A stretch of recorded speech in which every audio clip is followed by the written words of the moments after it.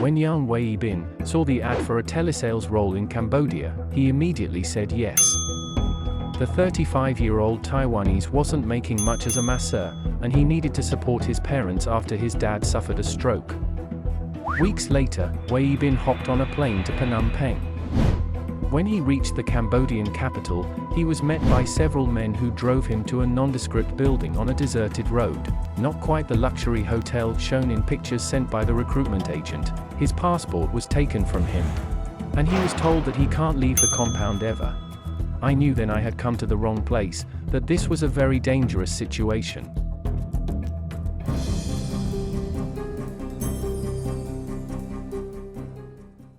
Wei Bin is among thousands of workers who in recent months have fallen prey to human traffickers running job scams in Southeast Asia. Governments across a vast swathe of Asia, including Indonesia, Vietnam, Malaysia, Hong Kong, and Taiwan, have sounded the alarm. Lured by ads promising easy work and extravagant perks, many are tricked into traveling to Cambodia, Myanmar, and Thailand.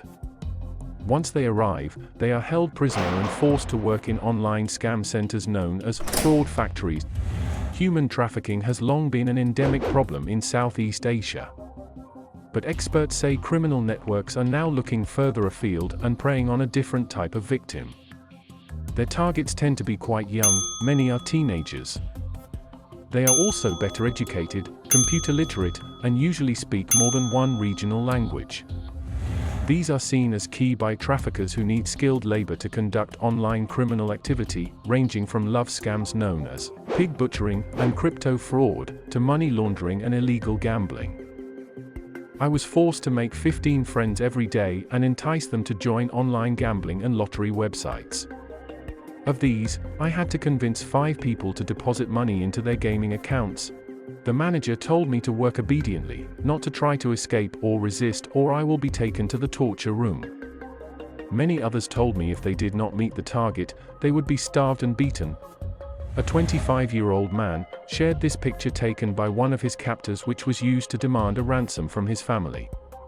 It shows him handcuffed to a metal bed frame with visible bruises on one knee where he was electrocuted. The victims are told to pay off debts they owe to the scam centers if they want to leave, essentially a hefty ransom, or risk being sold to another scam center. In C. Tin's case, his family managed to scrape together $2,600 or £1,600 to buy his freedom. More than 40 Vietnamese imprisoned in a Cambodian casino broke out of their compound and jumped into a river in an attempt to swim across the border.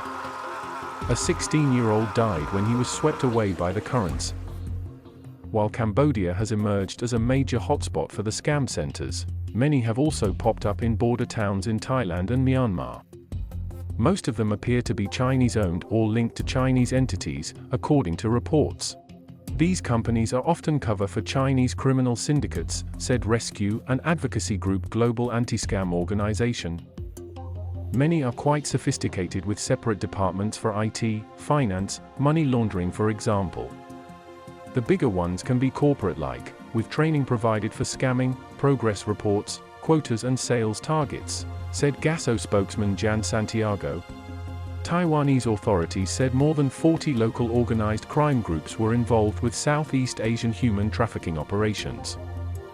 Many of the traffickers also used to target Chinese workers, but China's strict travel restrictions and multiple lockdowns have cut off this major source of labor, prompting traffickers to turn to other countries.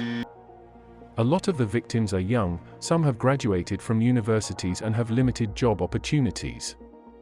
They are seeing these online promises of decent jobs and following them, said Pepi Kivanyemasidik, a specialist in Asia-Pacific migrant protection with the UN's International Organization for Migration.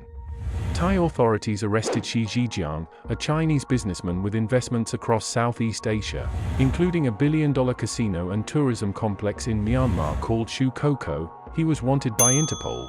He is the head of a criminal gang that ran illegal gambling. Multiple victims have alleged they were trafficked, imprisoned, and brutalized in Mr. Xi's complex, known by its nickname KK Park. Law enforcement is only now starting to catch up. Cambodian police in recent months have worked with Indonesian, Thai, Malaysian, and Vietnamese authorities to conduct rescues and crackdowns on scam centers, and have set up a direct hotline for victims. Cambodia's interior minister acknowledged it was a widespread problem, calling it a new crime that has emerged brutally, while also insisting it is overwhelmingly perpetrated by foreigners. But victims and non-governmental organizations say Cambodian police, judges, and other officials are complicit, by colluding with traffickers or accepting bribes in return for dropping charges, according to this year's U.S. State Department report on human trafficking. Many of these officials have not been prosecuted. Some of these governments need to update their trafficking laws, have necessary support systems for individuals, and more transboundary law enforcement cooperation, which is hard to achieve and takes time. In the meantime, many countries have launched public education campaigns to raise awareness of the scams.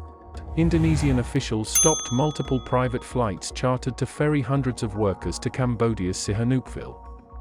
Groups of volunteers helping victims escape and return home, such as Gasso, have also sprung up in several countries.